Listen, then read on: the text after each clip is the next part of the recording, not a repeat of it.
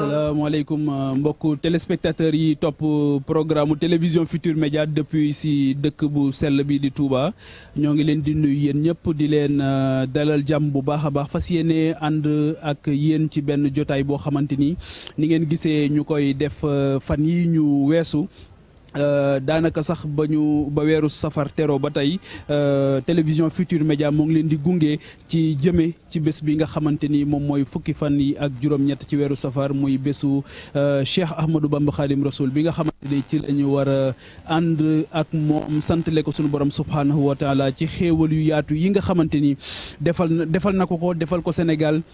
defal ko Afrique defal ko àdduna yëpp te jaare ko ci liggéey bu màgg boobu nga xamante ni liggéey li woon na ko yonent bi sallallahu taala alayhi wa sallam donc mu nekk ay grand moment de télévision mais nekk ay grand moment aussi de la vie d'une nation mais nekk ay grand moment aussi de la vie du continent africain mu nekk jotaay yoo xamante ni dinañ ci dellu si ba wane li nga xamante ni lenn ci li nga xamante ni liggéeyam la mais lenn aussi ci li nga xamante ni mooy solos dëkk bi nga xamante ni moom mooy Touba mu nekk loo xamante ni lu am solo la ñuy yëkkati tamit sunu nuyoo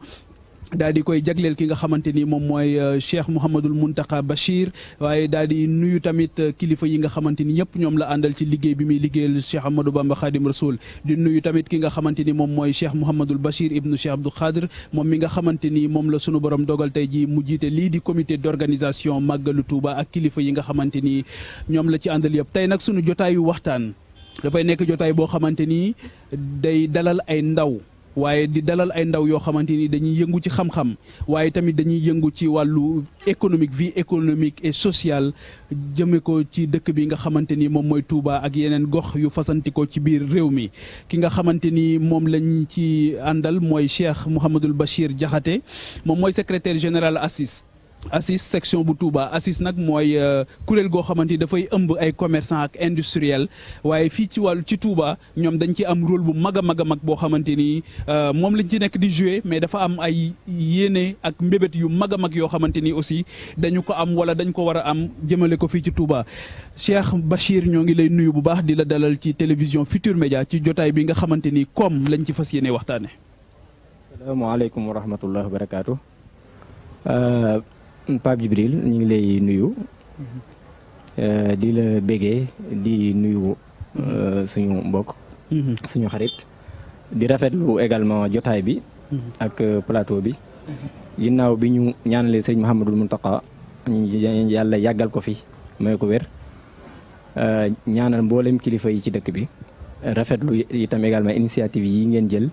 di wane njàngalem sëriñ Touba waaye dëkkam bi te mooy Touba ak li mu regorgé ci ay xëy na potentialité ak ci xëy na yenn mbir yi nga xam ne day am solo lool ñu di ko wane. ñu lay sant bu baax a baax merci beaucoup. jërëjëf Cheikh Mouhamadul Bachir Diakhaté moom nag mooy secrétaire général kuréel googu nga xamante ni taxawaayam dinañ ko gën a jàngat ci li nga xamante ni moom mooy Touba ak seen apport wax na ko léegi ci potentialité yi waaye ndax ñoo ngi gunge tey ji ñoom kilifa yi ci wàllu xalaat ci wàllu projection ci wàllu projet pour mën a dimbali quand même surtout ndaw ñi ak jigéen ñi nga xamante ni ñooy wàllu yëngu ci wàllu jënd ak jaay ak ñi nga xamante ni dañu am yittey constituer li nga xamante ni mooy tissu industriel bu Touba ñoom nan lañ ciy dimbalee di ci ànd nag ak koo xamante ni tamit borom xam-xam la muy Mouhamadou Makhtar Sylla moom juriste de formation la chercheur la en finance islamique xelam tamit màcc ci wàllu koom mu nekk borom xam-xam boo xamante ni ci ñi Touba di ndamoo la fi mu ne ni ci wàllu xam-xam ak ci wàllu réflexion ci wàllu gëstu Cheikh Makhtar ñoo ngi lay nuyu bu baax di la dalal ci télévision Futur Média. asalaamaaleykum wa rahmatullah sëñ Pape Djibril ñu ngi lay nuyu bu baax d'abord di la féliciter di la sant bu baax a baax ci taxawaay bi ci mboolem activités yi ngay amal ci biir réew mi ak leadership bi ngay wane ak encouragement yi ngay def jëmale ko ci jeunesse bi ñu ngi lay sant bu baax di la féliciter di la encourager di nuyu mboolem téléspectateurs yi di ñaanal ñëpp jàmm di sant aussi ak gërëm télévision Futur Média ci dalal gi ak yaatal gi ñu yem foofu ba ci kanam. jërëjëf Cheikh Makhtar moom ñoo ngi leen di fàttali ne il est juriste de formation chercheur en finance islamique bu ñu demee ba ci kanam it dinañ ànd ak beneen borom xam-xam boo xamante ni moom tam ci wàllu koom la ak ingénierie financière moom bitim réew la nekk waaye dina ànd ak ñun ginnaaw bi nga xamante ni def na ay gëstu def ay recherche ci wàllu koom ak dëkk bi nga xamante ni dëkk bu am solo la di Touba nga xamante ni dinañ ci ànd ak moom. li nga xamante ni tamit wax nañ ko mooy bés bi ñu jëm muy bésu màggal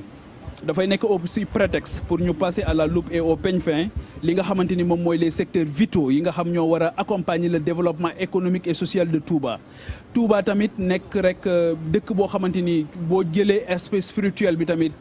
génne ko ci c'est la deuxième grande agglomération du Sénégal ci terme démographique maanaam ginnaaw Dakar wax nañ ne mooy dëkk bi nga xamante ni moo ëpp fu ay doomu aadama di yeewoo ci biir Sénégal. Cheikh Bass Abdou Khadre moo ngi koy fàttali keroog di wax ne en 1978 bu ñu daan décompter kër yi nga xamante ni ñoo nekk Touba daanaka ci ay 3000 lañ daan toll tey jii weesu na ci 2 millions de maisons weesu na ko te ANSD wax na ne une famille en moyenne au Sénégal c'est 8 personnes donc loolu muy wane ne lim bu am solo lim boobu nag fu muy yeewoo ci wàllu économique ak social day baax ñu def ci ay taxaw seetlu télévision Futurs Médias nag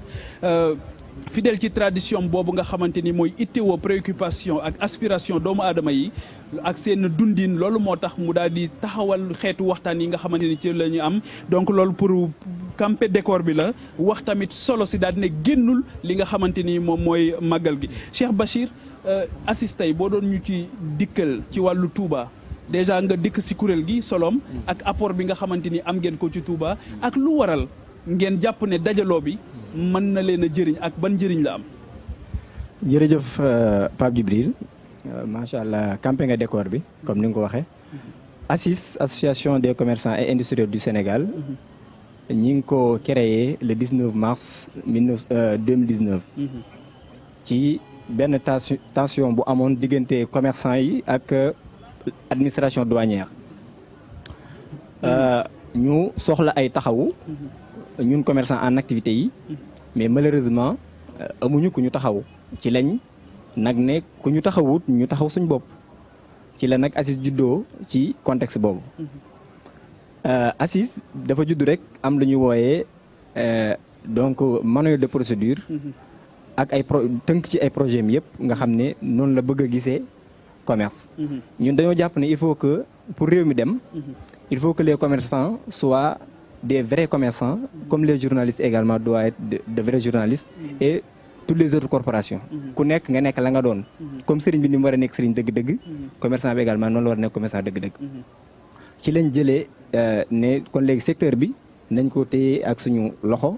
ci sàmm ko mais également ci fexe na mu évoluer. parce que commerce au Sénégal bu ñu dee wax. la plupart du temps dañuy gis ne commerce li ñuy wax commerce informel moom moo fi ëpp. li ñuy wax sax secteur informel. donte man d'accorduma ci appellation boobu. je préfère l'économie informelle parce que dafa engorger ay secteurs yu bëree bëri. lu mel ne menuiserie yeeg yooyu yëpp dañuy informel. artisanat bi te ñoom ci biir. ay sous-secteurs lañ donc économie informelle boobu nag. commerce bi am ci part bu rëy nga xam ne boo xoolee chiffre ANSD su ma juumul plus de 30% ci contribution donc économique bi ci commerce bi lay jóge looloo tax ñu xam ne commerce am na dayoo kon ñun ñi nga xam ñooy acteurs yi kon war nañoo nag participer bu baax a baax xamaat suñ bopp liñ doon mais également taxaw suñ bopp ba lépp loo xam ne seetlu si dëkk bii di Touba lan ngeen seetlu ne am ngeen ko ci jafe-jafe pour que ngeen mën a saytu secteur bi mën ci dund mën ci gis seen bopp mais surtout nan ngeen di accompagner dëkk bi tey ci wàllu par exemple création d'emploi mais surtout vie économique bi nan ngeen ban xalaat ngeen ci am ban gis-gis. effectivement individualité musta tabax dara pour ñu tabax il faut ñu ànd. collectif waay def collectif. loolu bokk na ci sabab yi tax ñu ànd gën a boole suñu ay doole. surtout ndax dañu wax ne il faut d'abord ñu jóge ci li ñuy wooyee économie informelle formaliser wu parce que loolu étape la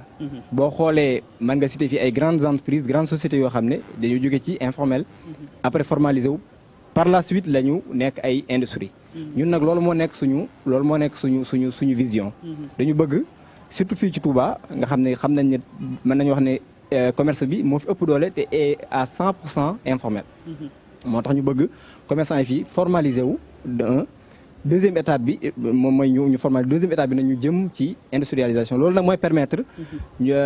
gone Touba yi ñu mën a am liggéey parce que commerce rek nag wax dëgg yàlla importé dëkk di jaay certes baax na ndax ay emploi la ndax kam moom commerce ba employé na boppam au moins bu employé doomam loolu tamit ay emploi la parce que ñoom ñëpp bu ñu amutoon liggéey dañuy dem verser wu rek ci liste d'attente bi donc mais loolu dañoo jàpp ne doyut il faut ñu def jëm ci li ñuy wooyee l'industrialisation te loolu ni muy mën a amee mooy il faut ñu xalaataat tëggaat commerce en tant que tel bañ ko def rek mu nekk benn gagne-pain boo xam ne yow daal damay liggéey rek am lu ma dundee après c'est tout mais ñu am ay projet à long terme liggéey ci mais également liggéey ci ak autorité dëkk bi mais également ak état ñu accompagner ñu looloo taxoon sax ñu xalaatoon fi benn zone industrielle boo xam ne depuis 2019 ñi ngi doon xaar le président mu def pose de la première pierre mais malheureusement jusque là ñi ngi xaar projet bi nekk ci diggante kilifa yi ñu war ko kii ba léegi mais en tout cas loolu foofu lañ toll ci industrialisation ak di taxawal également ay grandes surfaces yi nga xam ne dafay jóge ca biti di ñëw. waaw effectivement yooyu yëpp ci ay projet jamono yee coow li voilà effectivement delluwaat fi nga xamante ni moom mooy fa mu jóge woon sëñ Makhtar ci wàllu wax nañ ko léegi juriste nga de formation wax na léegi ci wàllu informel ak formel c'est un débat ci état africain yi beneen bi mooy ci wàllu finance islamique tamit te économie nekk ci biir ndax jàpp nga ne Touba tey dafa war a dem vers une finance islamique boo xamante ni dina mën a accompagner ñoom li nga xamante ni ñoo ngi koy joytu parce que boo nee da ngaa bëgg a formel la xëy na dafa am leneen loo xamante ni formalisation dina la ko may. ak lan la lay xañ. ok jërëjëf Pape Djibril ñu ngi lay sant bu baax ci sa question bu am solo boobu. di gërëm Moustapha Bachir bi ñu ngi koy nuyu moom tam de passage. waaw xam nga Touba dafa nekk dëkk bi spécial. ndax dañ ko sanc mu nekk lu spécial. dëkku diine la bien sûr ñëpp xam nañ ko duñ ko umpale ki ko sanc daf ko sanc ci ay conditions dafa am diine bu mu topp kon lépp loo xam ne day yéwénal dëkk bi ci diine ak ci àdduna mën nañoo am soubassement bi sëñ Touba principe yoon bi mi ngi ko teg ci ñaar mooy le savoir et le travail mooy al ilmu ak al amal donc bu ñu waxee xam ak jëfe loolu day am ñaari moo clé yu am solo la ci yoonu murit muy xam-xam ak jëfe ak liggéey donc liggéey day englober deux mots mooy xidma ak le travail bi ñu xam ni ak le travail bénévolat kon loolu rek daf ñuy renvoyer ci ni Touba ñi fi nekk bépp activité bu ñuy def dañ ko war a teg ci xam-xam et buñ ko tegee ci xam-xam ba noppi dañu ko war a sellal donc la finance islamique bi nga xam ni moom nga junj tudd ko man jàpp naa ni loolu moo war a nekk le modèle économique inhérent de Touba moom moo war a nekk le modèle économique de Touba. kon Touba yow da ngaa jàpp ne dañoo war a dem vers un modèle économique parce que Sëñ Touba ci jàngaleem dafa amoon modèle économique te boo gisee léegi ñuy prôner consommer local Sëñ Touba daf ko daan def parce que bu ñu delloo ci histoire tuuti soo demee à l'époque de Sëñ Touba ci njaareem li mu soxla woon lépp ñi ngi ko doon produire ci biir njaareem amul lenn lu génnoon kër gu mag amul lenn lu génnoon magi murid ya fa nekkoon même après moom sax soxna muslimatu moo xam nañ ko ci wàllu industrie wàllu cordonnerie li ñu fa doon def wàllu bay bi wàllu yar bi wàllu tannerie bi yëpp luñ daan soxla ci biir lañ ko doon def kon murid dafa am modèle économique bu mouridisme nag mënul nekk lu dul modèle économique islamique ndax dama wax ne dafa am soubassement le soubassement du mouridisme c'est l'islam dafa am un modèle économique voilà modèle économique boobu nag mooy finance islamique xam nga finance islamique lu bari ci réew mi dañ ci wax di ci def ay kii waaye déggaguma vraiment ñu jàngat ko comme ni nga xam ne noonu la ko islam jàngalee parce que finance islamique c'est typiquement islamique donc am na finance conventionnelle am na finance islamique mais finance islamique bi nga xam ni moom la l'islam prôné moom la jàngale kooku dafa conforme ak njàngale bi yonent bi sallallahu alayhi wasallam mooy amul l'usure amut riba amut partage des risques la et des profits loolu nag modèle boobu moom la Touba war a adopté ni mu koy adopté nag mooy accompagner ñu mel ni ñoom Cheikh Bachir ñi nga xam ne ñoo nekk ci morcé bi ñu déplacé wu vers l'informel jëm vers le formel loolu nag dañ koy teg ci ay jàngat teg ko ci ay diine bañul formel non diine formel sax la bëgg léegi nag li nga xam ne mooy dindi l'informel boobu mooy man jàpp naa ni rek mooy le modèle économique islamique. moom moo mën a dindi l'informel boobu. surtout modèle économique bi foofu nga kii lu am solo la dinañ si ñëwaat Cheikh Bachir ñuy ànd ci téléphone bi bu dee yemb na Pape Samb. waaw bu dee yemb na ñoo ngi jël koo xamante ni ingénierie financière la jàng di aménagiste ak urbaniste nekk fële ci Canada au niveau de la Banque nationale du Canada mooy Moussa Balla Fofana liggéeyoon tamit ci benn document de développement sur la stratégie de développement de Touba muy document bu am solo boo xamante ni bëggoon na ko jébbal ñi nga xamante ni ñoom ñooy kilifa yi dëkk bi Moussa ci ñoo ngi lay nuyu déjà di la dalal. ci télévision Futur Média ci jotaayu waxtaan bi nga xamante ni ñoo ngi koy amal di waxtaanee koom ñu bàyyi la nga nuyoo d'abord et ensuite beneen bi mooy dégg nga Makhtar Sylla li mu wax léegi ak Cheikh Bachir Diakhaté ci wàllu modèle économique pour Touba quel modèle économique pour Touba bu dee mën nañ la bàyyee question boobu ñu bàyyee la ko dans un premier temps. waaw sëñ Pape Djibril dama lay nuyu bu baax a baax. di am vraiment mbégte. ci nga bokk. ndax liggéeyu sëñ Touba moom ku ñu may ngay yëkkati kaddu di ci addu yaakaar naa ne da nga war a sant suñu borom may gërëm ñi ma fekk ci plateau bi jot naa am lu ma déglu ci seen waxtaan mu nekk lu ama am solo Pape Djibril xam nga dafa njàngaleem sëñ Touba dafa jiital lu am solo ci économie mooy dafa jiital éthique parce que nit ñi dañuy fàtte ne économie mooy maanaam activité bu nga xam ne da nga ci nekk pour jël koom islam jàngale éthique yoo xamante ne nii ci principe yooyu nga war a sàkku ngir wut koom boobu donc dafa am solo déjà que njàngaleem suñ Tuuba daal di ñuy xiir ci liggéey daal di ñuy xiir tam ñu defee ko nenn ni c'est ce qu'on appelle l'éthique religieuse dans le domaine des affaires loolu la li l'islam jàngale ba noppi ñu am aussi finance islamique nekk bu système financier bu nga xam ne nit ñi xam nañ ko ñun ñu nekk dans les hautes finances xam nañu fondement yi mooy maanaam finance islamique lépp loo ciy def dafa war a am benn actif sous-jacent mooy maanaam waroo jënd ka joxalante alal ci kaw benn équipement bu fi nekkul wala benn bien de consommation bu fi amul deuxièmement war nga mën a jàppale nit ki mu lancer entreprise am nga mu andi ngeen dajale daal di lancer entreprise yow nga andi sa xam-xam am sa capacité financière booy andi moom mu andi xam-xamam ngeen liggéey su ngeen paree ngeen partager les rendements et les bénéfices am beneen bu nga xam ne c'est plus tout ce qui est sukuk mooy maanaam genre emprunt obligataire la yu nga xam ne des entités peuvent mën nañ ko lancer ku nekk participer ci ñu sumb ay liggéey kenn ku ci nekk jël ci la nga mën a am. donc c'est un modèle d'investissement bu am solo. boo xamante ne ni tey bëri na tey en plus de l'éthique et en plus de ces techniques na war nañu mën a proposer. benn système financier bu nga xam ne war na mën a dimbali taalibe yi nga xam ne tey dañu nekk di liggéey ñu bëri nekk ci informel ñu bëri nekk ci ay jafe-jafe ñu mën a am lu tax ñu mën a ful seen koom boobu parce que loolu la finance di jëriñ. finance mooy naka la ñuy fexee ba jël xam-xam yi ak mën-mën yi boole ko. pour ku daan liggéey 1 million ren déwén nga mën a liggéey 1,5 million ba keroog loolu di yokk. donc tey man. li may proposer ñaari jumtukaay la. il serait important à ce que murid yi ñu réfléchir sur benn banque bu nga xam ne day répondre ci charte yooyu nga xam ne day accompagner di commercialiser produits yi nga xam ne entrepreneur dañ ko soxla mooy la dimension commerciale. day accompagner nit ñi dans des projets yu nga xam ne xam naa ñoo ngi koy perdre mais suñ ko mënee reprendre rek Pape Samb li muy wax am na solo trop muy ay proposition de solution yu am solo ñuy wax ne rek jotaay bi dañu bëgg mu nekk jotaayu xam-xam loolu moo tax les acteurs du secteur ak ñi nga xam dañu nekk dans les laboratoires de recherche comme Makhtar comme Moussa Balla ñooñu dañuy am valeur ajoutée ci li nga xamante ni moom la ñuy waxtaanee léegi question bi ban commentaire ngay def ci li mu doon wax léegi ci wàllu formalisation bi lan la leen formalisation mën a jox ak lan la leen ñàkk a formalisé wu di xañ. waaw loolu moom c'est apparent maanaam lu ñëpp xam la. parce que informel problème bi mooy da ngay xaw a handicapé. ci benn côté. bi ci jiitu te muy obstacle bi ci jiitu muy. doo mën a am accès ci marché public yi. loolu rek déjà obstacle la mais également.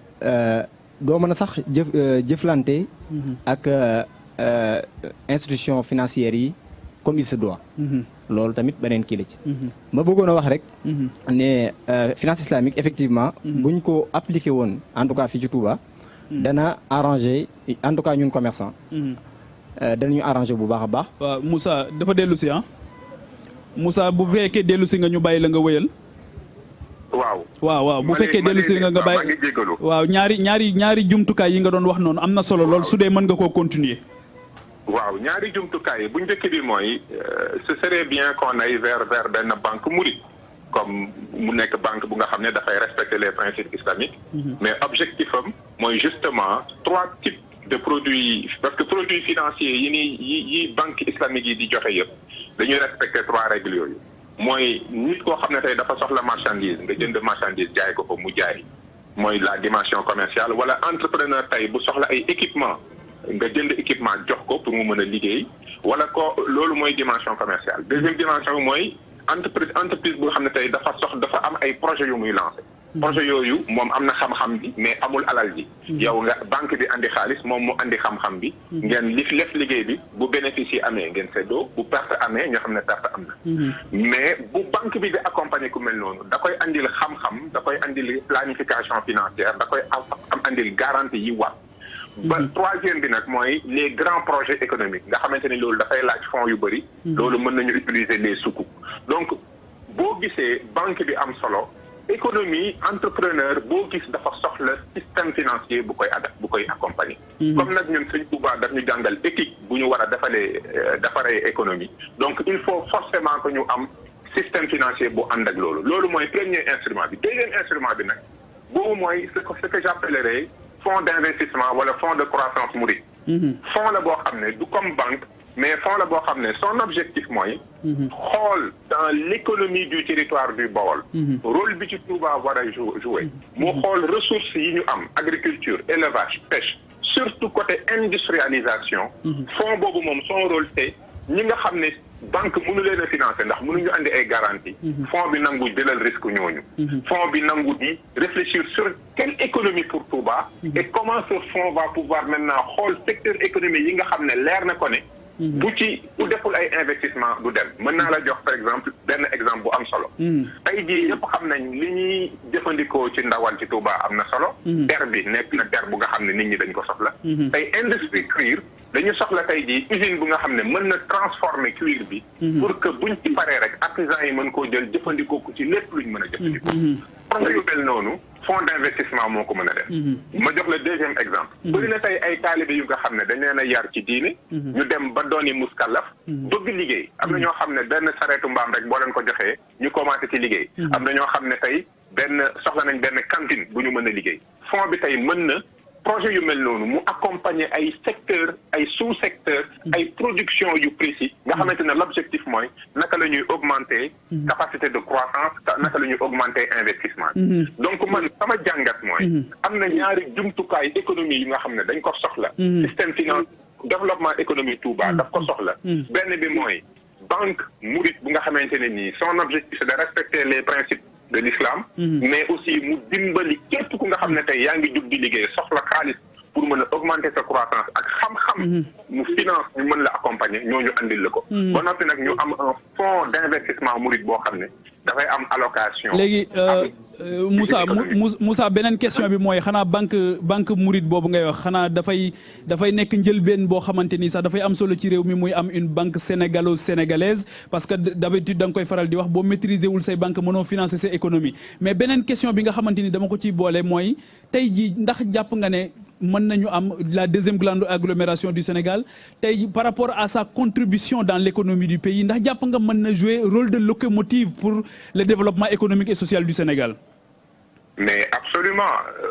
dans un premier temps li nga wax dafa am solo il faut que initiative communautaire yi mën a am système financier bu adapté à leur réalité tey il ne faut pas qu'on se trompe banques yi ñu am tey mënuñu financer ki nekk ci informel bi comprendre ñu réalité entrepreneur u sénégalais bi et plus particulièrement ñi nga xam ne ñu ngi évoluer dans Touba donc il nous faut forcément ñu innover ci ay instruments financiers yu mën a accompagner suñu réalité respecter suñuy valeurs donc loolu dafa am solo mais bi ci topp mooy l'économie de Touba mooy deuxième agglomération comme ni nga ko waxee di gën a am solo mais position Touba c'est le cœur du Sénégal. Bawol territoire bu Bawol dafa nekk territoire bu nga xamante ni dafa am importance ci production agricole mais lépp lu nit di produire Sénégal di nga trouver benn capacité de consommation benn pouvoir d'achat à Touba. Donc Touba dafa nekk zone de production mais dafa nekk aussi zone de consommation. Donc ñun amuñu intérêt à ce que territoire yi wër Touba bañ a nekk des territoires productifs. Donc il faut que ñu accompagner leen, il faut que ce territoire-là puisse jouer son rôle dans le développement économique. Dama koy faral di wax. Le plan de développement sénégalais n'est que la somme des plans de développement des territoires, des différents territoires du pays. Bu Sine Saloum, bu Casamance, bu Bawol et Touba dafa nekk benn centre bu am solo. Tey bu ñu moytuwul Touba attraction bi muy andi dina tax ba nit ñi dinañ fa bëri boo xam ne bëri na territoire yu nekk aux environs foog ñu am ay fonctionnalités économiques. C'est-à-dire que ne tey bëri na ay territoires yu nekk autour de Touba il faut que ñu xool yan investissement lañ fa mën a def. Foofu mooy solo su le fonds d'investissement mouride parce que le fonds d'investissement mouride dafay suivre benn plan de développement économique. Bu ñu xalaatee l'économie du Bawol Touba l'économie de Touba ban rôle la war a jouer dans ce territoire plan d'investissement boobu nag léegi day commencer di def ay allocation dans des secteurs stratégiques yu mën a permettre nit ñi mën a am liñ soxla à Touba. Mën nañu orienter wu dans tout ce qui est ndox par exemple mën nañu lancer des usines d'eau parce que xam nañ ne problème mu Touba ndox daf ci bopp. Mën nañu lancer des sociétés de transport parce que xam nañ ne Touba problème mu transport la am. Mën nañu lancer des industries agroalimentaires yi nga xam ne seen objectif mooy di transformer les produits pour que mu nekk des produits de consommation parce que xam nañ ne Touba dafa am capacité de consommation. Donc le fonds d'investissement mouride day ñëw baquer benn plan économique bu nga xam ne dañ ko réfléchir quel est le plan de développement économique de Touba le plan de développement du territoire de Touba mais nag et foofu nag la dimension aménagement du territoire. Urbanisme di dugg. Moussa économie plan de développement économique. mënut a bañ a sukkandiku ci planification. Moussa xam naa ne incha allah li des ci fii ak màggal yow yaay nekk sama consultant ci plateau yi ñuy def dinañ dellu siwaat parce que il est aussi urbaniste et aménagiste ak planification dinañ si dellu siwaat ci waxtaan yi ñuy def parce que en réalité tout se tient. Donc xam naa ne dañ lay bàyyi xam naa nga def sa kàddu gu mujj ñu wéyal waxtaan bi joxaat la rendez-vous ci yeneen waxtaan yi nga xam dinañ ko am ci les autres dimensions parce que li nga wax léegi ci wàllu urbanisation ak aménagement le président de la République dernier visitam bi il a parlé d'un plan d'urbanisme plan directeur d'urbanisme boo xamante ni à hauteur de 23 milliards je pense bu ñu war a financer loolu yëpp dinañ si dellu si jàngat ko passé ko waaw jàngat incha allah léegi sa kàddu gu mujj lan lay nekk rek ci waxtaan bi nga xam ñoo ngi koy am sur le plan industriel ak wàllu commerce bi. Alors comme ni ma koy waxee rek dans un premier industrie ak commerce dafa nekk des secteurs yu nga xam ne mooy des secteurs. c'est que li am solo mooy xam nga industrie ak commerce boo koy wax rek c'est parce que justement da nga am capacité secteur primaire bu dëgër da nga am investissement yu am solo pour nga mën a nekk dans un niveau industrie parce que industrie dafa soxla matière première. Industrie cuir dafa soxla der industrie agroalimentaire dafa soxla production agricole. Donc l'industrie est tributaire des autres secteurs. Commerce tam c'est pareil bu fekkente ne économie réew mi dañu am des produits ay valeurs ajoutées par exemple gerte gi nii béy fexe nañ ba def ci plusieurs produits possibles dafay booster commerce bi donc loolu yëpp c'est tout un plan de développement économique du territoire du Bawol parce que Touba a besoin de tout le Bawol pour mu am ce qu'on appelle une multifonctionnalité du territoire. jërëjëf loolu nag dafa war a dugg ci plan d'aménagement bi. jërëjëf may nag foofu nag tuuf kàddu yi bu dee njuumte am na ci kilifa yu toog ko maa ngi. macha allah déggal ma. leer na nañ leen gërëm ci waxtaan wi am na solo trop. macha allah di la gërëm di la sant ci li nga ma ci boole. leer na nañ Moussa Balla Fofana ñuy fàttali ne Bawol bu mag la aussi donte ma nga fële ca Banque nationale du Canada di def liggéey bu am solo nekk tamit ñi nga xamante ni fierté lañ ci Sénégal mais fierté lañ aussi ci yoonu Mouride. Makhtar yéen a bokk lu ngeen jàng ban commentaire ngay def ci intervention bi mu def. ok ñi ngi koy nuyu moom Moussa Balla Fofana. Il a fait une excellente intervention. waaw xam naa moom de suñu xamante woon ba waxtaan. dama naan am na ku jël idée moromam. waaw macha allah ci intervention am na ay convergence yu forte yu ñu dëppoo man ak moom man dama jàpp ni. Touba dañu war a jël en main économie bi comme ni ñu yore lépp ñoom lañ ko yërale seen bopp man maa ngi bind benn livre boo xam ne pare na maa ngi ko tuddee Cheikh Mountakha Mbacké le guide de la révolution scientifique du mouridisme maa ngi wax ci biir ni murid yi il est temps ñu am banque mouride de développement BMD même fonds d'investissement murid boobu maa ngi koy wax ci biir macha allah maa ngi wax ci biir ni murid yi aussi transport bi ak ni mu jaxasoo dañ ko war a jël en main ñu xool vraiment un service public du transport de qualité. service di xilaafa boo xam ne xilaafa gi moo koy gérer. nga xam ne dañu ni charrette yi dutuñu duggati fii la ñu yem ñoom ñëpp ñu regroupé leen. kenn ku nekk mën a am wutal leen ay alternatives ay hangar lañ leen di wutal yoo xam ne waa kala voilà nga xam ni danañ leen mën a numéroté transport charrette aussi c'est pas dafa wuutee dafa wuutee ak dëkk bi li sëriñ bi di wax ci yërmande donc kon sëñ Moussa kii bi mu def dafa am solo lool rawatina ci finance islamique bi mu wax finance islamique mën naa ñëw accompagner les commerçants de Touba te xam nga dafa am ku ñuy wax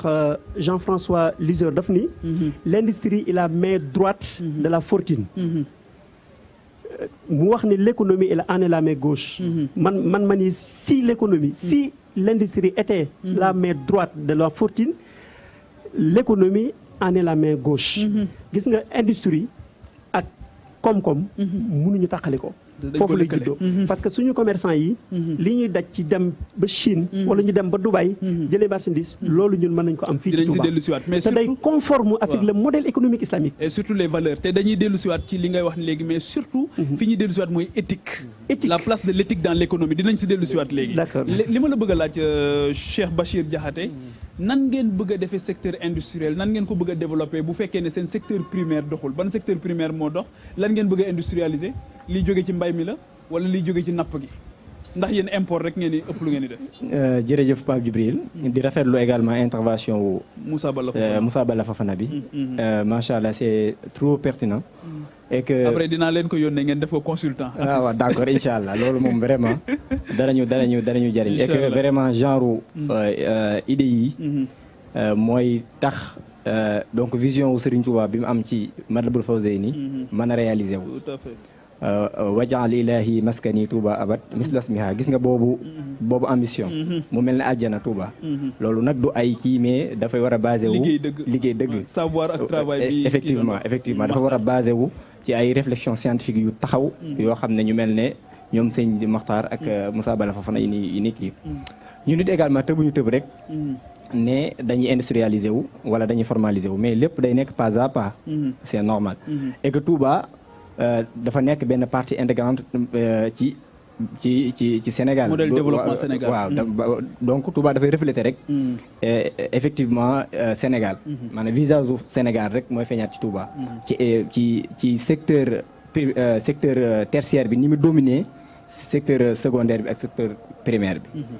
loolu xew Touba mais teewut néanmoins am na au moins ay produits yoo xam ne. Touba donc ràññeeku na ci muy lu mel ne gerte gi Touba duñ bay gerte waaye bu gerte ñoree mel ne Touba rek fi lañ ko doon bay. da ngeen koy jaay chinois yi. ñoom dañ koy jaay chinois yi mais ñun am nañ ci beneen idée.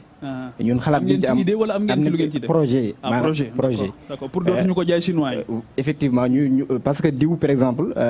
dafay poser problème surtout ak période bi ñu toll muy. événement yi tabaski wala màggal bu jotee da ngay gis ne li ñuy importation huile bi dafay bari te parfois sax ay rupture daf ciy am te pourtant bokk nañ ci pays yi ëpp lu ñuy produire arachide kon loolu moo ñu poussé ci ñu xalaat ne ñun war nañu mën a amal huilerie te loolu vraiment méttiwut ci ci bu ñu collaborer teg benn cadre juridique bu leer parce que tamit nag xaalis tamit noonu la bala ngay woo kenn muy contribuer na cadre bi leer ba su boobaa ñu ubbi ay action incha allah taxawal ci première étape bi ñu taxawal industrie boo xam ne huilerie lay nekk. oui industrie d'abord mais le secteur nan est-ce que tey jii am ngeen ay xalaat pour développer le secteur primaire parce que secteur primaire bu développé wul doo am loo transformé. effectivement parce que la plupart des commerçants yi nga gis fii ci marché bi ñu yor ay place ñoo nekkaat ci àll bi ami tool yor ay ferme parce que ñun it sëriñ bi noonu nañu formé. c'est-à-dire ñun. xamuñu nekk ci benn métier rek ñun ay 12 métiers la ñu nekk lépp loo xam ne jàpp nañ ne bu ñu ko defee mu jëmale réew mi kanam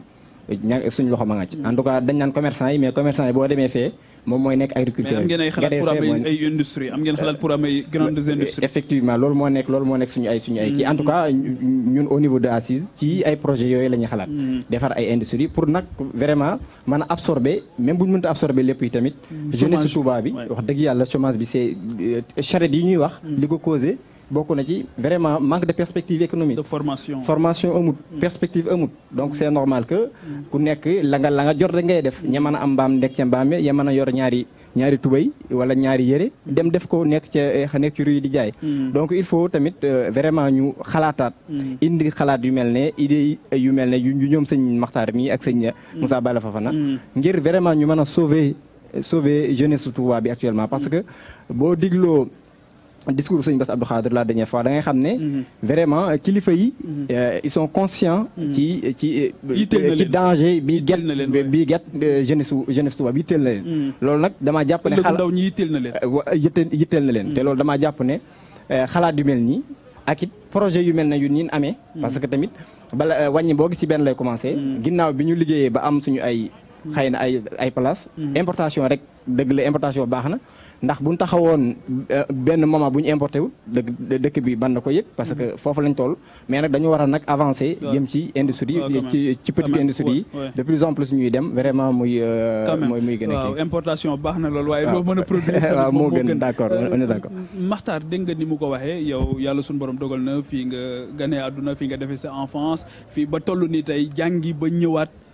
ndax gis nga évolution dans ce sens est-ce que tey jii jëm nañ ci am ay marché yu moderne yu dëppoo d'abord ak àdduna ni ñu ko bëggee est-ce que jàpp nga ne tey jii cette zone industrielle là devrait voir le jour depuis longtemps est-ce que jàpp nga ne Touba tey ak ni mu toll ak li mu am ci wàllu commerce ak industriel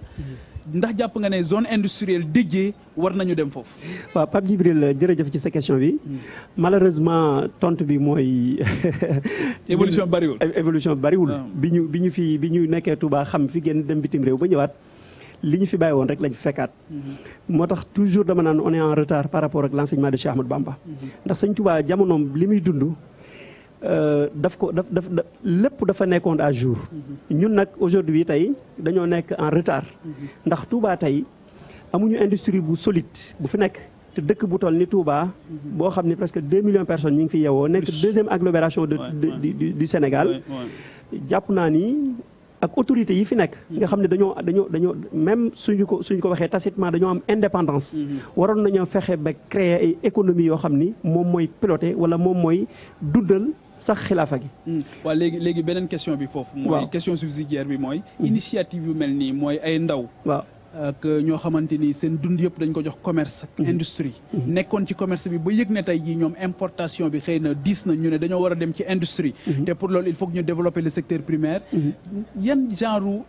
accompagnement nga jàpp ne war nañ ko am. au-delà des instruments de l'État ndax jàpp nga ne ñoom ci seen biir tey war nañu mën a xalaat ci ay perspectives en rapport avec la finance islamique pour trouver seen voie.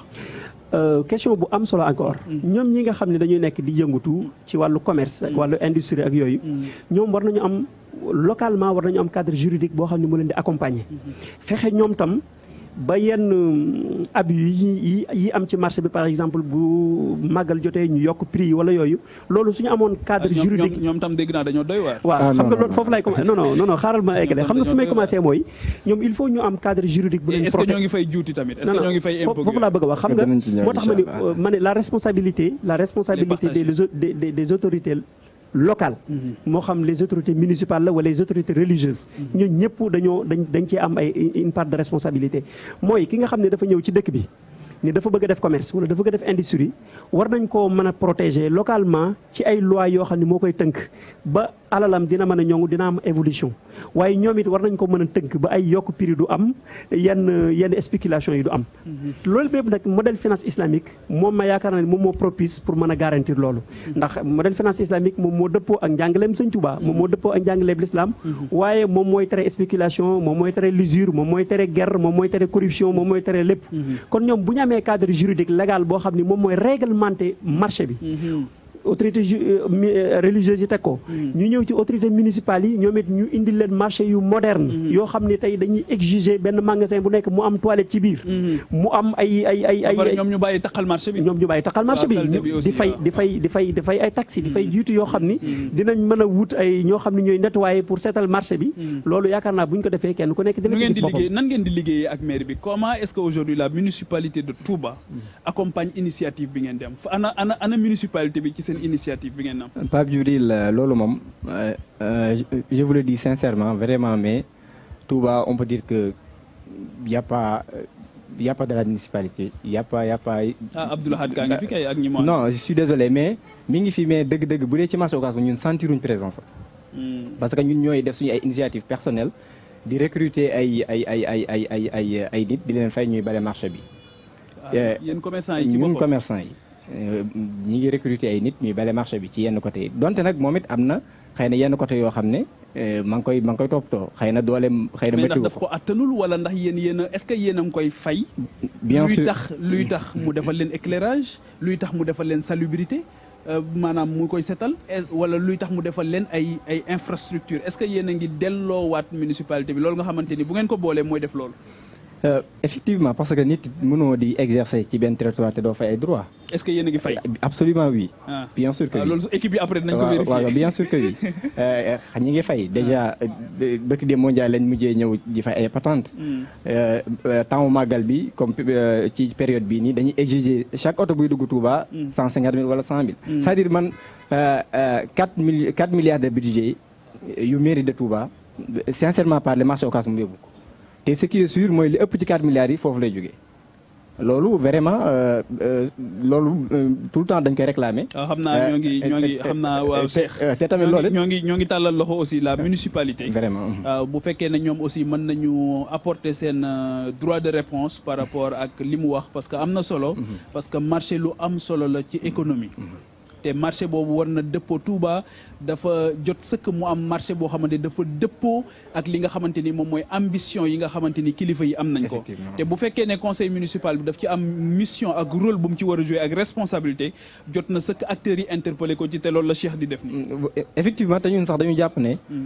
problème bi du Touba rek. mais problème bi c'est partout dans le pays. marché boo dem marché Sénégal par exemple jëlal marché bu mel ne marché Thiaroye yi. 2 jours yi mu taw c'est fermé. impraticable waaw impraticable. loolu it ñun dañu jàpp ne sax en réalité autorités municipales yi elles ne sont plus compétentes pour gérer les marchés dañu jàpp ne dañu ko war a jox. donc les privés. ñu yor gestion marché yi. ndax su fekkente ne ñoom ressources yi ñuy jot. ci marché yi di ko ci récolter mënut a delluwaat ci marché bi wala une partie. donc ça devient compliqué. moo tax ñun dañu jàpp ne soit gouvernement bi wala bokk donc le pouvoir central téyel ko boppam wala ñu jox ko ay privé ñuy gérer marché bi. par exemple marché Ocass bi mu fi lakkee temps yi passé. voie 28 bi kenn mënu faa jaar c'est tout le temps débordé oto vélo sax mënu fa jaar waxumal ak oto donc ñu amoon initiative ak en collaboration avec Touba ci kanam. ñu présenté benn maquette liggéey ci ba pare dem proposer ko la mairie ba léegi nii te marché bi boo demee nam meloon avant incendie bi moo gën a sax tey sax moo gën a garaaw avant donc la xewoon bu xewaatoon la yàquwoon lu ëpp day yàquwaat donc pour man dama jàpp ne événement su amee wala jéyee bu amee dañ caa war a jàngee mais jàngee wuñ dara ci suñu ay erreur tout le temps dañu continuer di perpétuer les faits donc les mêmes faits produisent les mêmes erreurs. donc ci côté googu daal vraiment ñi interpellé waat encore une fois la municipalité ñu nañ gën a xoolaat marché bi. ci état d'insalubrité bi mu nekkee c'est très bien grave. léegi Makhtar ñoom tamit c'est important waaye xam nga dëkku Serigne Touba bi képp ku fi ñëw ak loo fi di fàggu lu lew te ren sax thème central lu màggal gi fàggu lu lew la mais képp ku fi ñëw di fàggu lu lew ndax dafa am benn noo war a méngool quel type de commerçant et quel type d'industriel pour la ville sainte de Touba. waaw jërëjëf Pape ci sa question bi ki nga xam ne dafa ñëw Touba. pour di sàkk lu lew. kooku déjà sëriñ bi moo ko wax ni mu war a mel. waxoon naa ne le soubassement du mouridisme mooy al ilmu ak al amal. mooy le savoir et le travail. ki nga xam ni toujours sëriñ bi day wax ni. nit ki buy jëf li muy jëf na jëf lu mu xam. kon ki nga xam ne dafa ñëw di commerce ci dëkk bi war naa doon koo xam ne déjà moom modèle lay doon ci diine. war naa fexe tam ba li muy sàkku mu doon lu lew loo xam ne bépp dërëm bu muy dugal ci compte am dërëm la boo xam ne bu lew lay doon. léegi kooku nag li koy tënk ay loi la wala doon mais loi yi ko war a tënk tam mooy loi finance islamique. malheureusement suñu conscient woon ñun danañu am suñu modèle parce que loolu kenn terewu ko. Bala Moussa tudd na ko wax na ni dañu war a am benn banque islamique boobu suñ ko amoon dina mën a moom contrôler activité commerciale yi ak industriel yi nga xam ne mooy am ci dëkk bi. mais fekk loolu amul malheureusement kenn mënul parce que commerçant bi nekk ci marché bi ak boutique am mënoo ko imposer comportement bi mu war a am. ki nga xam ne dafa dem Chine wala mu dem Dubaï wala Malaisie dem jële jëfe huile wala yooyu. kooku yow amoo ci moom benn contrôle amoo ci moom benn mainmise. kooku mënoo ko imposer quoi que ce soit. donc pour que commerçant bi mën a nekk en conformité avec le règlement intérieur de la ville sainte. il faut que kooku nag mu am cadre légal wala yoon buñ ko tëddal. yoon boobu ñu koy tëralal nag malheureusement autorités religieuses yi. ñoom la formation mais cadre juridique. parce que ñun ba jàpp naa ne am nañu indépendance bi ñu am mooy. sëriñ bi am na pouvoir woo ay borom xam-xam ni leen xoolal leen ma benn cadre juridique boo xam ne mooy réglementé marché yi nekk Touba. municipalité yéen a ngi ko tudd mairie amul Touba man je considère que mairie amul Touba parce que. mairie doo ko gis amul lenn loo xam ne. est-ce que dëkk bee mujj diis ci moom. non mais c'est pas possible. par rapport à ses moyens humains et matériels. est-ce que dëkk bi dafa mujj diis ci moom. parce que tamit tey jii nga jël par exemple dëkk bu mel ni Dakar. mu am benn maire. waaw pour mu gérer la ville c'est-à-dire dina gérer mais da ngay gis ne gox-goxaan yu ci bëri dañuy am seen i maire. tey est-ce que jàppoon ne Touba. ci wàllu aménagement ak kii nekkul loo xam dafa diis ci mairie bi par rapport au regard de ses moyens matériels et humains. mais quand même l'étude est là. moi j'ai fait une proposition de découpage administratif boo xam ne par exemple tey dañ naan Daarul Xudoos dañ leen di wutal seen je dirais pas commune. mais dañuy def ay découpage administratif yoo xam ni dañ naan Daaru Xudoos am nañ benn village comme village Daaru Xudoos ni mu ko amee bu ñu demee Guy Mbind mu am ko bu ñu demee Madiana mu am ko loolu nag mu am mairie boo xam ni mooy centrale. léegi ñu def délégation de pouvoir. kuy wut kayitu juddu wala kuy wut carte d'identité wala doolu nga mën a dem ci sa mairie locale mën ko fa wutee loolu bu ñu ko defoon ñoom ñëpp dinañ mën a am ay recette te du diis ci ñoom. mais malheureusement loolu du excuse. dëkk bi. maire yi amu fi mais loolu moom yaakaar naa ku nekk ci dëkk bi parce que problème inondation yi mi ngi nii problème marché bi kii wax na ni ñoom ñooy cotiser di wut seen. sëñ bi Abdou Lahad gaa ngi fi ak maire yi nga ne maire yi. non man vraiment wuy ma xam nga maa ngi koy wax ak sànq benn mbokk. li tax man la maire amu fi man mii en personne. indi naa fi benn maire u Chenevière de Paris. ku ñuy wax Jean-Pierre Barnaud pour mu wut convention ak mairie bu Touba malheureusement la demande a été rejetée je dirais pas acceptée mais rejetée en fait. xam nga loolu day wane ni maire amu fi.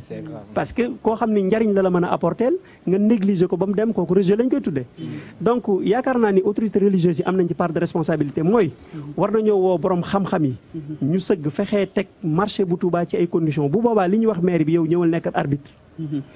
cadre juridique bi moom lañ sàkku nga appliqué ko ci commerçant yi nekk ci dëkk bi. bu boobaa ñu woo commerçant yi ak population yi ñu toog waxtaan. ñu trouver un terrain d'entente boo xam ni marché yëpp tey danañ am set dutuñu am mbali célébrité bi dutu fa am. loolu nag li ma ko waxoon rek autorités religieuses yi dañ ci am part de responsabilité moo dëppoo ak bëgg-bëgg ak gis-gisu Sëñ Muntaxa waaw moo dëppoo ak njàngaleem l'islam moo dëppoo ak modèle économie islamique bu parfait ak éthique bii nga xam ni moom la Bala Moussa doon tudd léegi. waaw gis nañ ne tamit ci université bi nga xamante ni Sëñ Muntaxa moo ngi nekk fi mu ne nii di ko taxawal mu dugal ci wàllu formation ci agronomie ak les métiers yi nga xamante ni tey jii mën na leen dimbali. yéen ban gis-gis ngeen ci am ban apport ngeen ci am. ak projet boobu ndax jàpp ngeen ne mën na nekk solution par rapport ak seen njàmbat tey. merci Pape Djibril ci question bu am solo bi bëggoon na ma rebondir un peu ci li sëñ Makhtar doon wax. surtout ci marché bi. marché bi tamit dafa amaat beneen li ñuy wooyee beneen problème wala boog nu ma ko mën a woowee. muy ban muy marché bi li nekk marché bi dëgg-dëgg. marché bi daf ko dépassé nu ma ko mën a occupation li circonscription marché bi occupation bi daf ko dépassé. parce que marché bi mi ngi nekk 300 mètres sur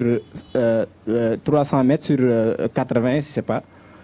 ci jamono si Abdou Lahad loolu moo nekk marché Ocass mais tey ji da ngay boo xoolee 28 ba gaar ba lépp dafa dugg ci marché bi. te loolu ay kër une zone commerciale. effectivement te loolu ci ay kër la nekk. kër yi c'est des propriétés privées. Donc ñoom it nu leen neex la ñuy tabaxee seen i centres commerciaux. amul benn réglementation. am sax ñuy tabax centres commerciaux yoo xam ne du am sax toilette. loolu it ñu war a xoolaat. tabax centres commerciaux bu amul toilette. mooy absence du maire. effectivement de la mairie. non effectivement. Après incendie bi am na ay bâtiments yoo xam ne ça a été marqué c'est-à-dire croix rouge. wax ne dañ ko war a démolir parce que nit mënatu koo dëkke parce que c'est tellement détérioré par le feu mais malheureusement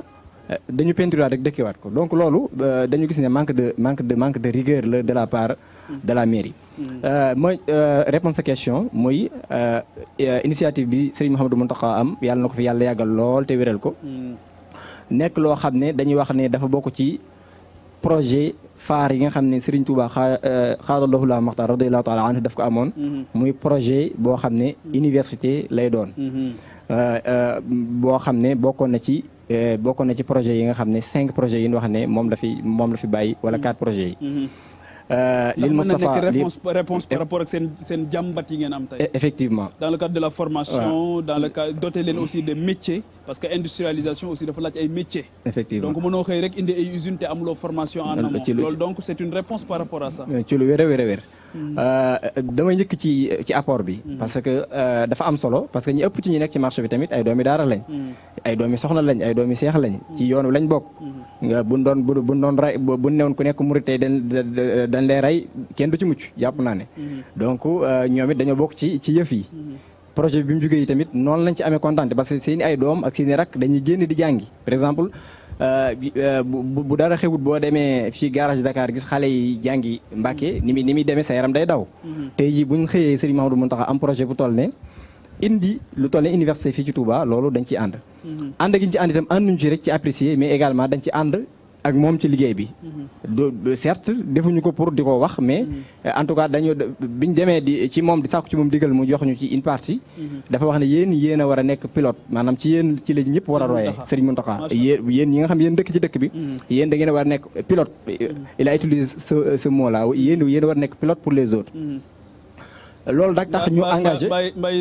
ñu ngi koy jéem bu baax a baax parce que engagé nañ foofu ay bâtiment boo xam ne ñu ngi koy estimé ci 1 milliard. Macha Allah 800 millions la woon mais Pastef bu ñu ci defaat ne daal dañu bëgg les matériels de dernier cri nekk fa. ba bu ñu paree daal ba nii saa yu ñu defee réunion d'évaluation suñu bâtiment day bokk ci bâtiment yi gën a répondre aux normes. Macha Allah te incha allah bu dee xaalis rek moo koy def. wala kattan donte dañuy kii suñu bopp yi tamit pour mu taxaw incha allah danañ ko def ba bu paree incha allah mu bokk ci yi gën a kii. xam naa bu paree aussi ñu jox leen marché. waaw léegi nag ñun apport boobu la ñu am ci université mais université nag ban apport la mën a am. ci ñun ci suñu liggéey ak yooyu. dafay nekk lu am solo loo xam ne dafay sax dundal yeneen secteur d'activité yoo xam ne. Touba miinu ko woon. lu mel ne librairie xëy na am na fi mais su boobaa loolu day gën a dox te loolu commerce la boo xam ne dafa am solo. mais également restauration dafay gën a dox. mais immobilier tamit dafay gën a dox ndax ña fay ñëw di jànge xëy na université bi mënta contenir ñëpp. professeurs yi également dañuy am ay logements et tout loolu dafay am solo trop. mais également. input bi maanaam ñi nga xam ñoom ñoo fay dugg tamit suñu ay njaboot la ñu doon suñu ay rak suñu ay kii loolu dafay am solo nga xam ne duutuñu lekkati di jéggaani fañ nekk ñu leen di fayal ay logement di fere ci ñoom waaye fii la ñuy toog di xëyee ci kër yi di dem jàngi loolu day am solo buñ génnee nekk output tamit dañuy dikkaat ci suñu ay entreprise dafay stage d'expérimentation voilà dafay stage également non seulement dana am xam-xam mais danañ xam environnement bi parce que da ngay gis koo xam ne dafay génn jàngi mais dafay am rupture complète ak société am ak environnement bu dikkee daanaka day nekk bay wër ci rek. lu mu wax bu ñëwee mu ne daxaar du xam maanaam la muy wax du am cohérence ak son environnement. foofu la ñuy jeexalee xam naa li ñu joxoon ci temps bari na maa ngi gis ñuy yëglu ci téléphone bi di wax ne le conseil municipal dafa bëgg a réagir par rapport ak waa conseil municipal bi ñoo ngi yëglu ne dinañ leen kii waaye xam naa dañ leen di tijjil seen i sunuy bunt xam naa ne. ci yeneen jotaay yi en Cissé noonu la waaw donc dinañ leen tijjil sunuy buntu ngir suba wala ginnaaw suba jotaay yi ñuy am ñun wala yi nga xamante ni tamit sunu mbokk sunu xarit soxna Faty Dieng dina ko am ak rédaction télévision Futur Média dinañ leen indil tijjil sunuy buntu ni mu leen soobee ngeen ñëw def seen droit de réponse par rapport ak la gestion des infrastructures ak yenn yu ci mel ni marché bi ak yeneen yi ak xëy na ndox meeg mën meeg yooyu ci yan réponse ngeen ci am xam naa dañoo am ay soucis techniques moo tax duñu leen mën a bàyyi ñu dugg ci Serigne Makhtar Sylla université bi nga xamante ni actuellement Serigne Mountakha dafa nekk di ko liggéey waaye ñu intégré ci ay métiers yooyu ñu ci intégré bu ñu génnee faaw ñu am ci ay industries yu leen copté faaw ñu am tamit secteur primaire boo xam dinañ ko développé muy wàllu mbay muy wàllu donc tey jii modèle économique bi noo jàpp ne noonu lañ ko war a articuler ak ambition bi nga xamante ni am na ko sur le plan scientifique muy université bi. jërëjëf Pape Djibril ci laaj bu am solo bi. Cheikh Ahmadou Mountakha université bi mu naal. yal na yàlla eggale ko. amiin yaa rabbi mu fekk ko te ñu ànd ko. amiin ñoo ngi ci biir liggéey bi. amiin yal na ko yàlla yeggale. ba mu inauguré ko ñu fekke ko. amiin waaw xam nga Pape. université bi li mu ëmb. ci ay bànqaas yoo xam ne day jàngale métier surtout. loolu suñ paree dama jàpp ni. Touba lañ ko war a appliquer. ak pour ñu mën koo appliquer Touba nag. mais il faut am lu ko jiitu. li ko jiitu un travail de fond boo xam ni. il faut ñu préparer le terrain. fexe ba méngale activité bi. ak ñi nga xam ne ñoo war a génn pour bu ñu génnee rek fekk fi un terrain propice boo xam ni dinañ ci mën a liggéey. loolu nag li koy def mooy man damaa jàpp ni ñuy jéem a moderniser la ville de Touba. noonu la ñu war a fexeele ba dëppale économie Touba ak njàngaleem Sëñ Touba. jusqu'à présent.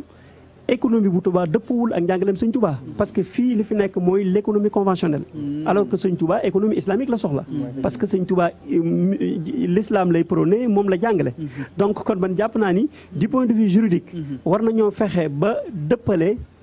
commerce dëkk bi ak activité commerciale industrielle ak njàngaleem l'islam loolu kenn terewu ko soo demee ba Angleterre boo demee ba Canada ba ci Europe voilà boo xoolee haute finance tey voilà ñoo ngi xalaat ne finance islamique nekk na une alternative par rapport ak problème yi finance soo gisee Christine Lagarde ancienne directrice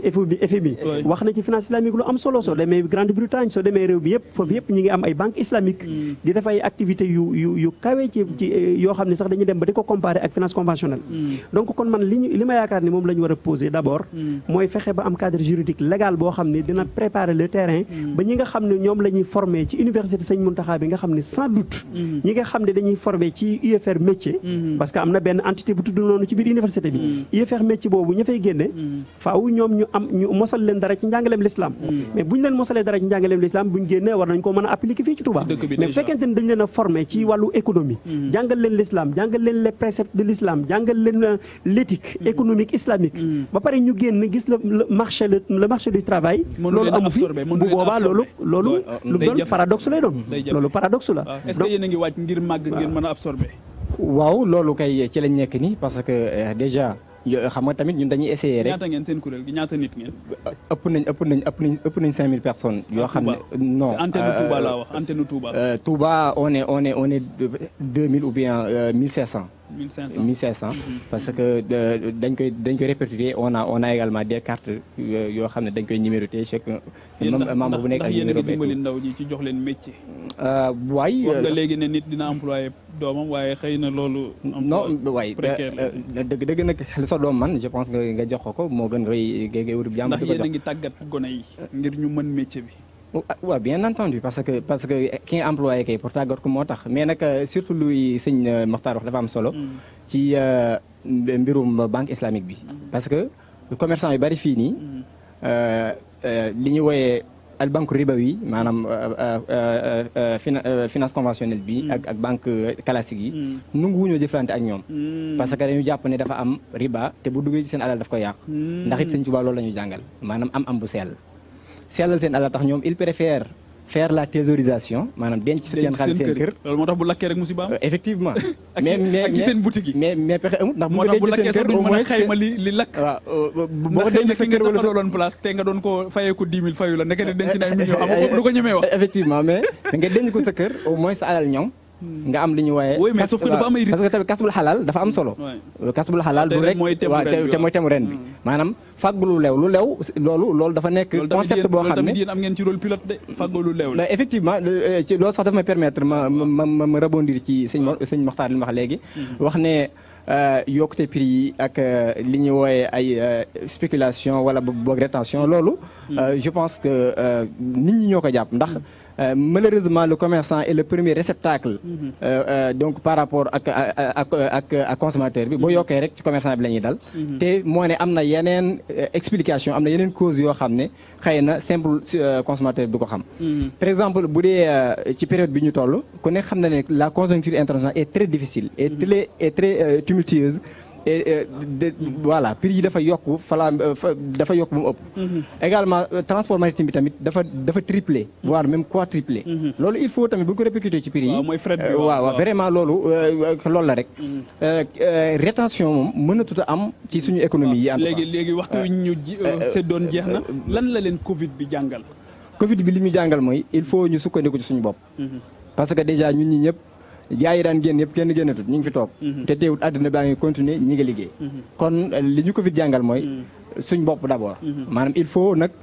ñu décoloniser mentalité yi mais également waaw indépendant parce que indépendance bi ñuy woo moom du indépendance dëgg-dëgg mooy indépendance boo xam ne économique et scientifique parce que suñu scientifique yi wan nañ ñu ne ils n'ont rien à envier ak yeneen scientifique yi ci bi wax ñu leen waaw vraiment ñu leen di féliciter au passage mais également artisans yi tamit wane nañ ne ils n'ont rien à envier par rapport ak léegi Khadim Thiam la tudd voilà université Gaston Berger la nekk mais solution créé na moom ci ingéniosité am ak ñi mu ko àndal benn solution boo xamante ni nekkoon na lu doon dimbali daaw indi woon na ko ci màggal gi ci wàllu nan la ñuy def ba nit ñi mën a mucc ci mbas mi macha allah waaw comme ça les initiatives yi sont multiples bari nañ ak it nag li ñu jàngal mooy nañ gën a gëm suñu nitu réew mais nañ gën a gëm suñu jeunesse su réew jeunesse bi surtout nañ leen jox seen place ci yëf yi waaye kii nii rek toog éterniser ci benn posol yu demee noonu vraiment li ñu war a wax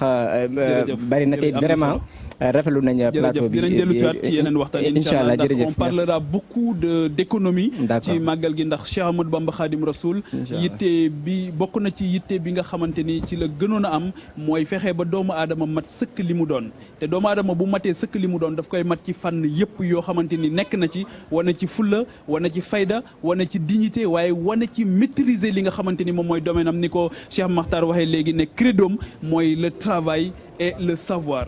sëñ Makhtar ban kàddu ngay jeexale ci wàllu wi ñu doon waxtaanee wàllu koom tey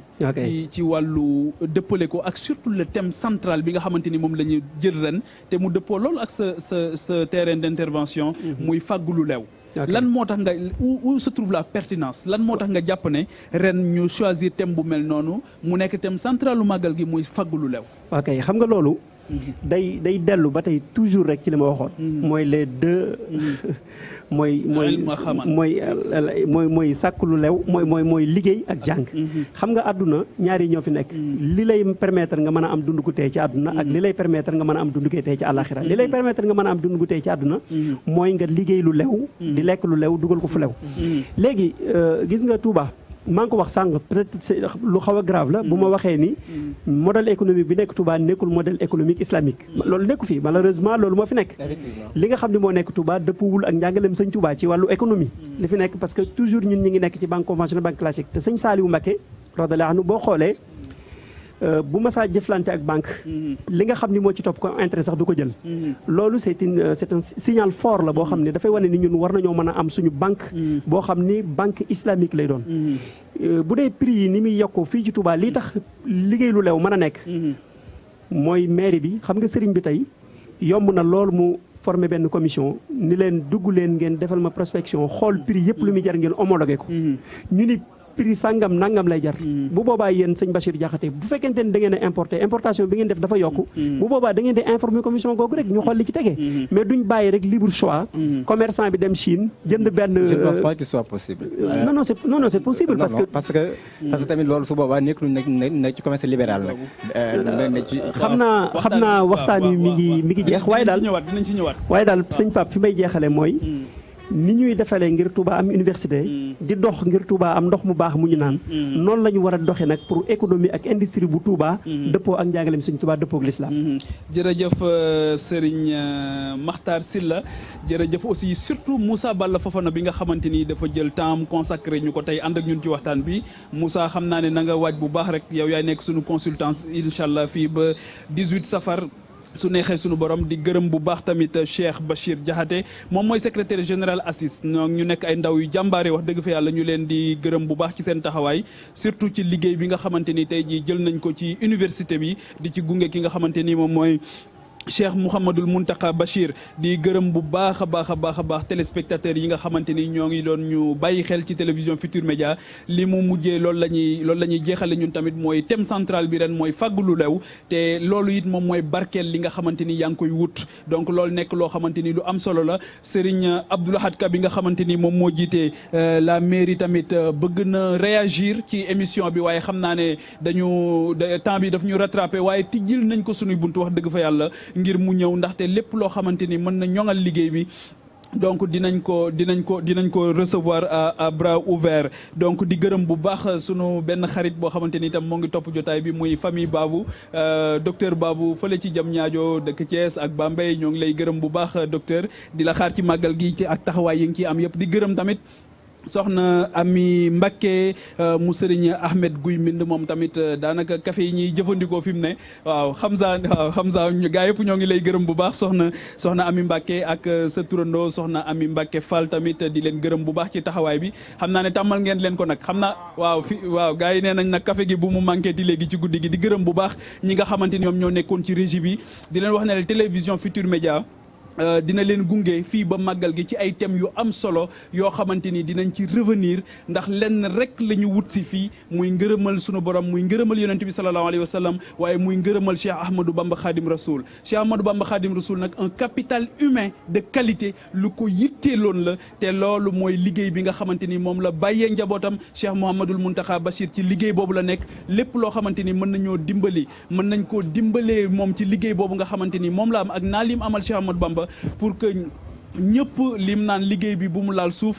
ñun incha allah TFM télévision Futur Média dina ci def waaram ba liggéey bi incha allah du laal suuf ci boor bi nga xamante ni moom la ci war a bay di leen gërëm bu baax di leen sant di leen wax ne leen ngeen continuer ak programme télévision Futur Média soxna Fatou Dieng dina fi dellu si incha allah suba gunge leen tamit ci suba gi yëpp ci ba ci yor bi ci yeneen thème ak yeneen invité di leen jox dig daje incha allah suba ci yeneen thème tamit ak yeneen invité di leen gërëm bu baax di leen sant